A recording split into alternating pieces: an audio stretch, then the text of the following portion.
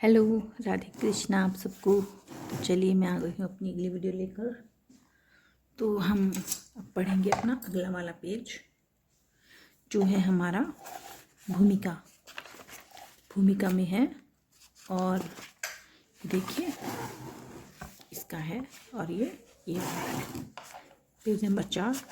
चलिए स्टार्ट करती हूँ मैं।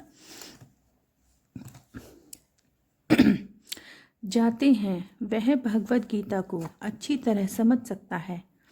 कहने का तात्पर्य यह है कि भक्त को भगवान के प्रत्यक्ष रूप से संबंधित होना चाहिए। ज्यों ही कोई भगवान का भक्त बन जाता है त्यों ही उसका सीधा संबंध भगवान से हो जाता है। यह एक अत्यंत विशद विषय है, लेकिन संक्षेप में यह बताया जा सकता है कि भक्त या भगवान के मध्य 5 प्रकार का संबंध हो सकता है।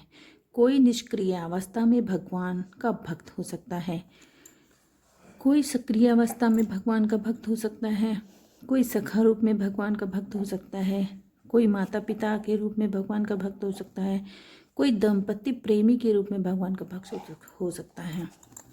यह 5 प्रकार। अर्जुन का श्री कृष्ण से संबंध सखा रूप में था।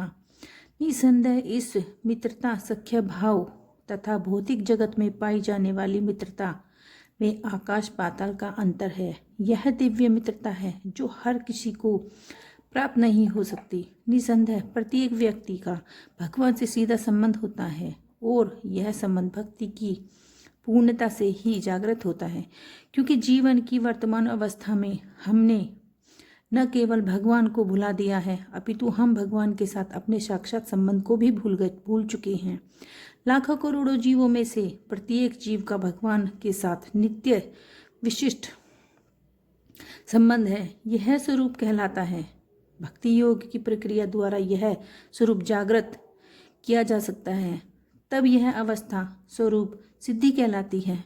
यह स्वरूप की अर्थात स्वाभाविक या मूलभूत स्थिति की पूर्णता कहलाती है। अतएव अर्जुन भक्त था और वह भगवान के संपर्क में मित्र के रूप में भी था।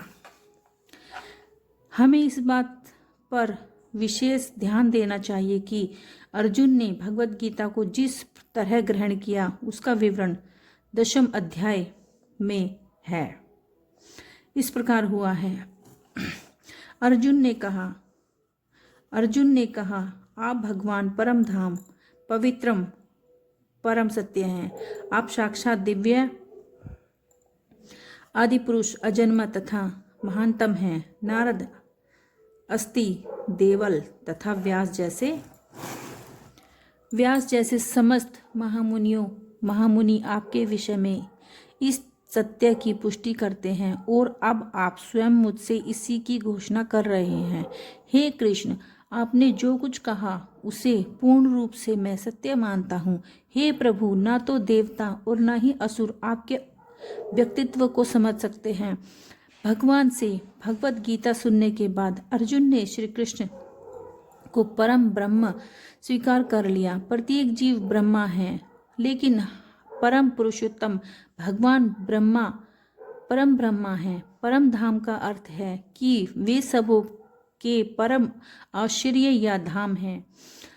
पवित्रम का अर्थ है कि वे शुद्ध हैं, भौतिक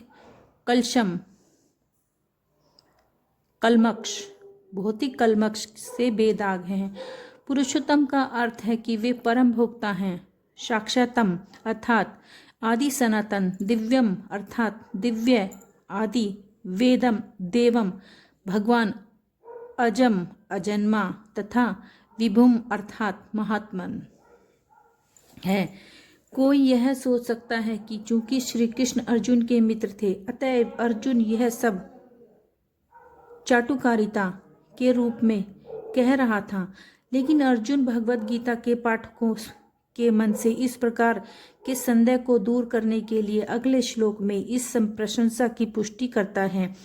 जब वह यह कहता है कि श्री कृष्ण को मैं ही भगवान नहीं मानता, अपितु नारद अस्ति देवल तथा व्यासदेव जैसे महापुरुष भी भगवान स्वीकार करते हैं। ये सब महापुरुष हैं जो समस्त आचार्य द्वारा स्वीकृत वैदिक ज्ञान का वितरण प्रचार करते हैं। अतएव अर्जुन श्री कृष्ण से कहता है कि वे जो कुछ भी कहते हैं उसे वह पूर्ण रूप से मानता है। सर्वमेत द्रत मन्य, आप जो कुछ कहते हैं उसे मैं सत्य मानता हूँ। अर्जुन यह भी कहता है कि भगवान के व्यक्तित्व को समझ पाना बहुत कठिन है, यहाँ तक कि बड़े बड़े देवता भी उन्हें नहीं समझ पाते। अतएव मानव मात्र भक्त बने बिना कि भगवान श्री कृष्ण को कैसे समझ सकता है। अतएव भगवत गीता को भक्ति भाव से ग्रहण करना चाहिए। किसी को यह नहीं सोचना चाहिए कि वह श्री कृष्ण के तुल्य है, न ही यह सोचना चाहिए कि वह श्री कृष्ण सामान्य पुरुष हैं या कि महान व्यक्तित्व है।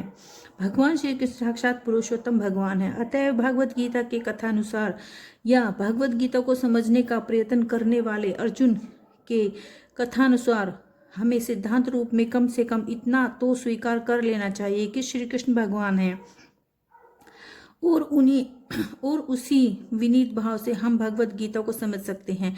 जब तक कोई भगवत गीता का पाठ विनम्र भाव से नहीं करता तब तक उसे समझ पाना अत्यंत कठिन है, क्योंकि यह एक महान रहस्य है। तो भगवत गीता क्या है? भगवत गीता का प्रयोजन मनुष्य को भौतिक संसार के अज्ञान से उबारना है। प्रत्येक व्यक्ति अनेक प्रकार की कठिनाइयों में फंसा रहता है।